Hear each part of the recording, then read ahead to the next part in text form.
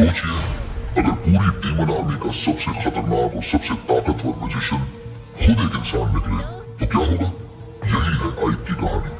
एक ऐसा इंसान जिसने अपनी पहचान छिपाकर डीमन लॉर्ड की आर्मी में सबसे ऊंचा मुकाम हासिल कर लिया, लेकिन अगर उसका राज खुल गया तो दुश्मन ही नहीं, उसके अपने साथी भी उसके खून के प्यासे हो जाएंगे। आखिर एक इंसान डीमंस की दुनिया में जिंदा कैसे रहा और कैसे बन गया उनकी पूरी आर्मी का सबसे शक्तिशाली मैजिशियन।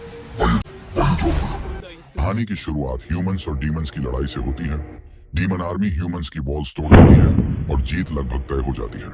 आइक ह्यूमंस के कैप्टन के पास जाकर कहता है, तुम्हारे पास 3 ऑप्शंस हैं। पहला, अपनी टेरिटरी हमारे हवाले कर दो। दूसरा, सम्मान के साथ मर जाओ।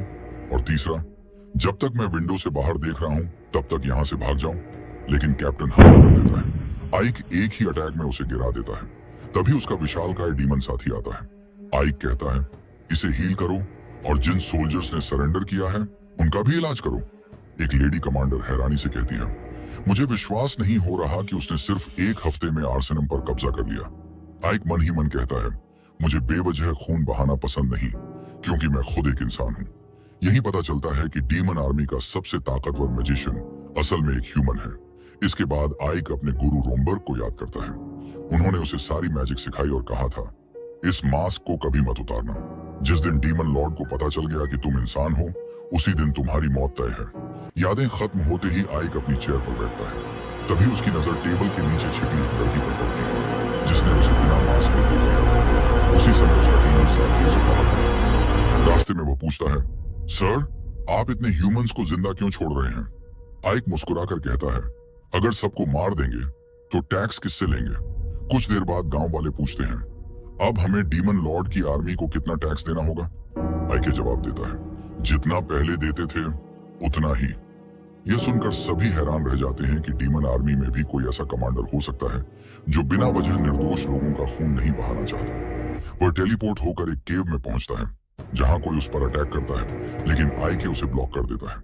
फिर सेफिरो यानी लेडी कमांडर दिखाई जाती है और कहती है, जो लड़का कुछ साल पहले अपने दादाजी के पीछे छुपता था आज इतना ताकतवर हो गया है।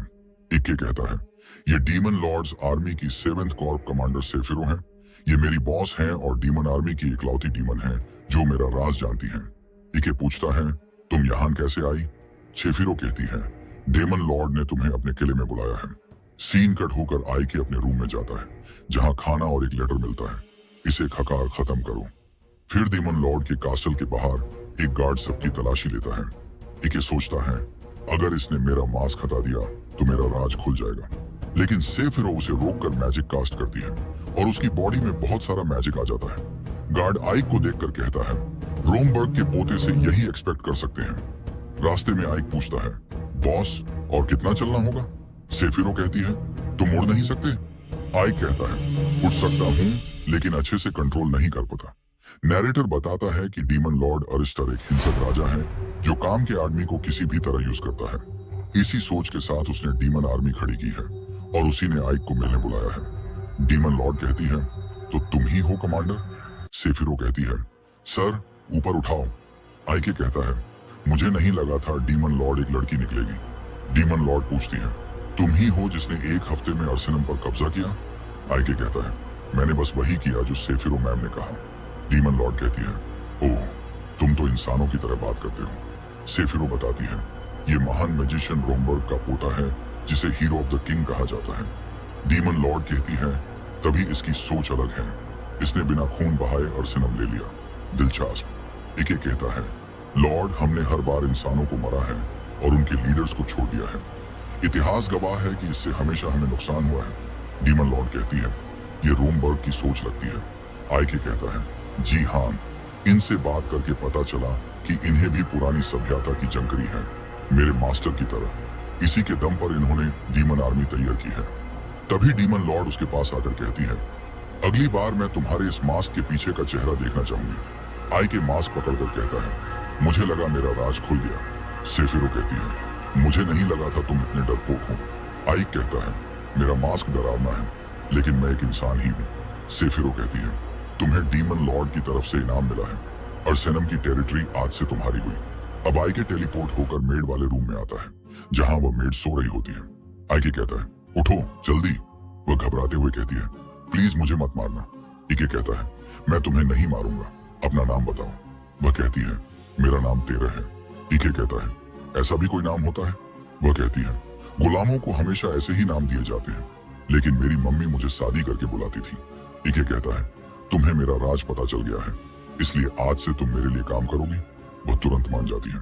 तभी मोटा डीमन आता है और कहता है, बधाई हो सर, आपको अर्सेनम का शासक बना दिया गया है।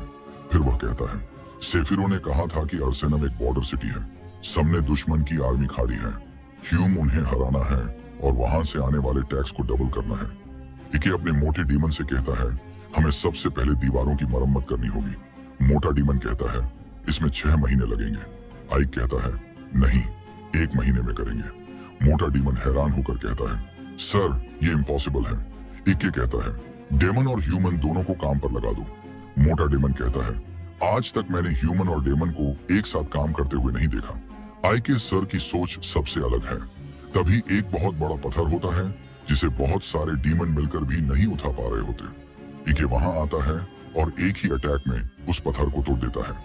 ये देखकर मोटा डीमन कहता है, मैं इके सर को छोड़ने का सोच रहा था, मैं कितना पागल था। इके सर आगे चलकर डीमन लॉर्ड बनकर रहेंगे।